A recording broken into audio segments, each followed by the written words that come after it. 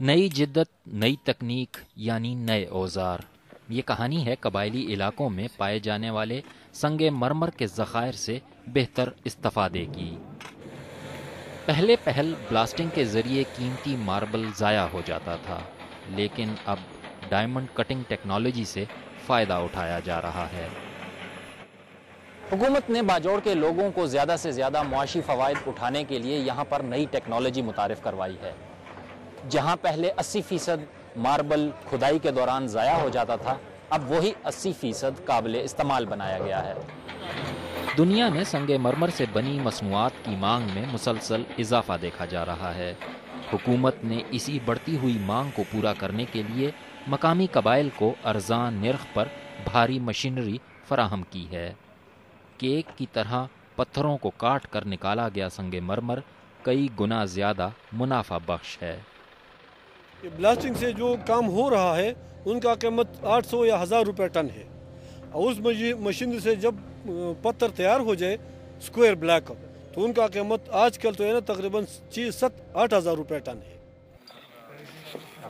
संगे मरमर निकालने के लिए ब्लास्टिंग माजी में मजदूरों के लिए काफ़ी ख़तरनाक साबित हुई, लेकिन अब एक ख़तरा तो कम हुआ है, लेकिन दूसरे ने सर उठाया है।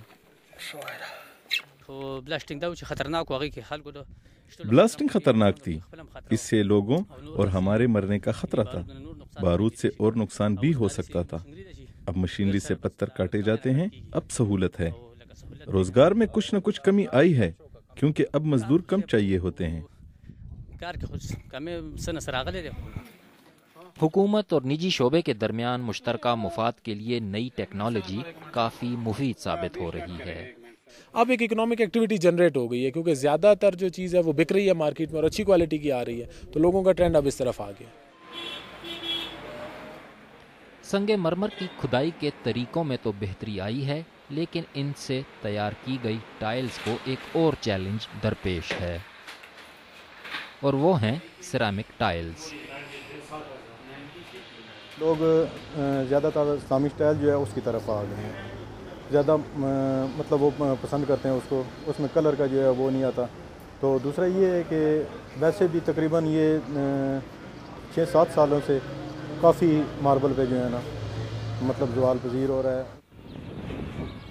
लोग अक्सर अपनी ज़िंदगी की जमा पूंजी से अपने लिए मकान ज़रूर तामीर करवाते हैं। कम कीमत और पायदार होने की वजह से संगे मरमर आज भी इन मकानात को ख्वाबों की ताबीर बनाने में मदद दे रहा है। हारून रशीद, BBC न्यूज़, बाजोड़।